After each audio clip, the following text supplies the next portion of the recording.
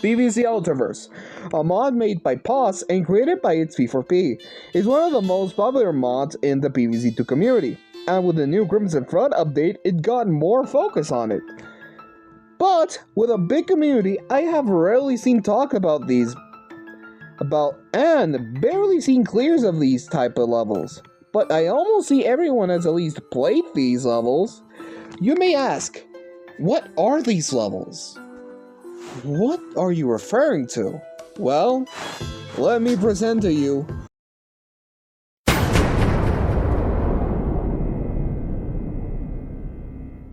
You may ask, what is a sandbox? Basically an hour-long level that is made for you to complete your daily quests.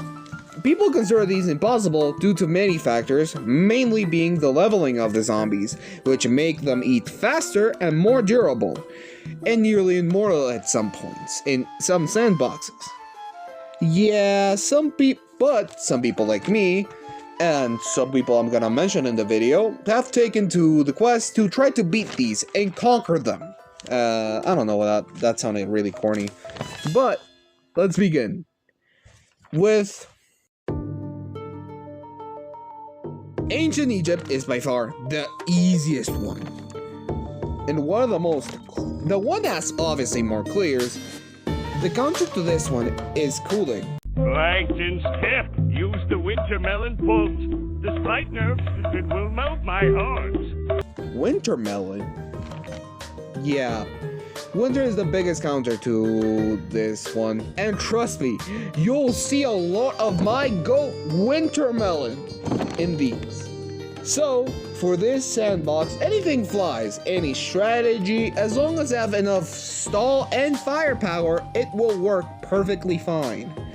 The biggest problem here are surprisingly just the guards, because they become really tanky, and again, they're not even that tanky, they're not even that bad, they die easily. And the leveling is basically non-existent in these, so yeah, they're not that bad, and they're easy to stall, so eh. Raws are basically just another version of basics, but even easier to clear, due to their slowness and low health. Even with the leveling, they have so low health.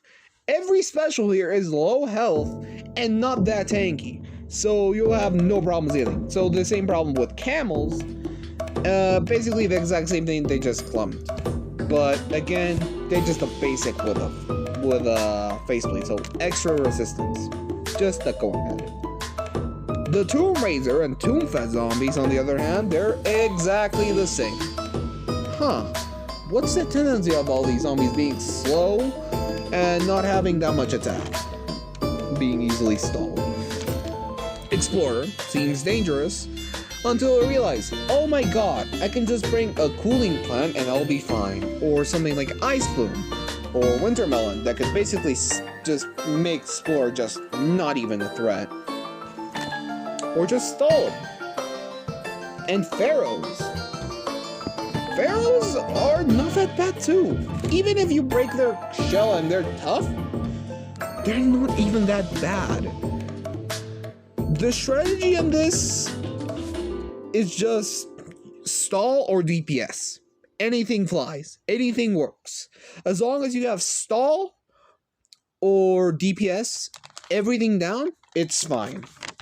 But for this one, I'm gonna use my favorite strategy, which is Holly Winter.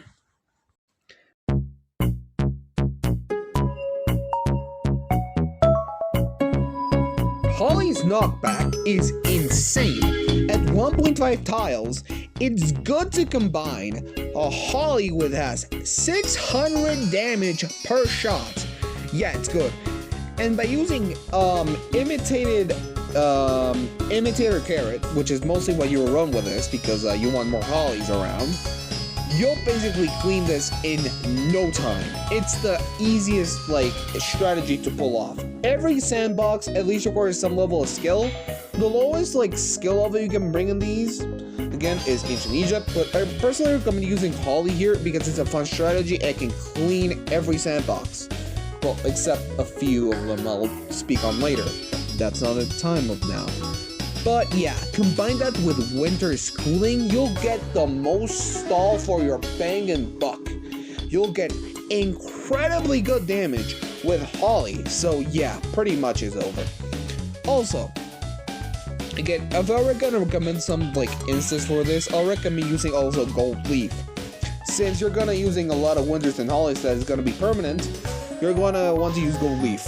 Gold Leaf is a great endgame sun producer, and since you're gonna need it because you're gonna run Holly, and he's expensive to run supposedly, but you see the gameplay in the back, he really isn't. But again, strategy again is just trying to aim, make your Holly shots worth it. Even the early game is easy with this thing, and mostly use the plant food at the beginning. Or if you just want to add a challenge, just don't use the plant food.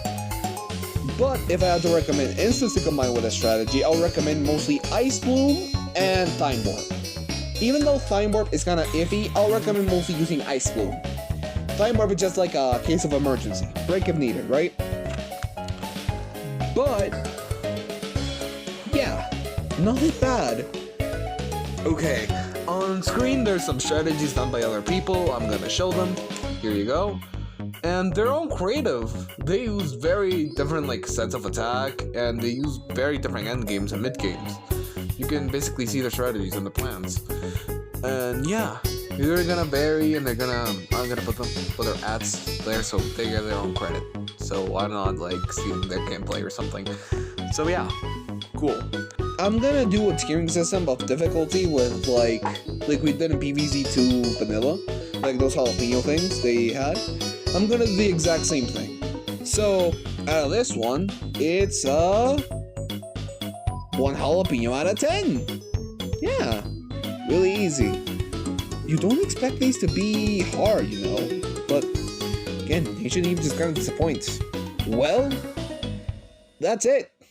We'll see you next time in a way darker age. And don't worry, if you think strategies are dull and boring now, don't worry, buddy.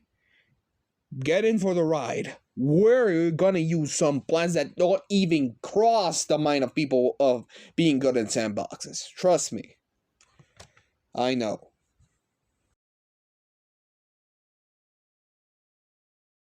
Oh yeah, I kind of forgot the video's not that long and I filmed a lot of gameplay. I might want to waste it, so if you want to stay here for the gameplay, it's actually really good. The rest of the sandbox, just me using Holly and Winter. I mean, basically the strategy I told you to use.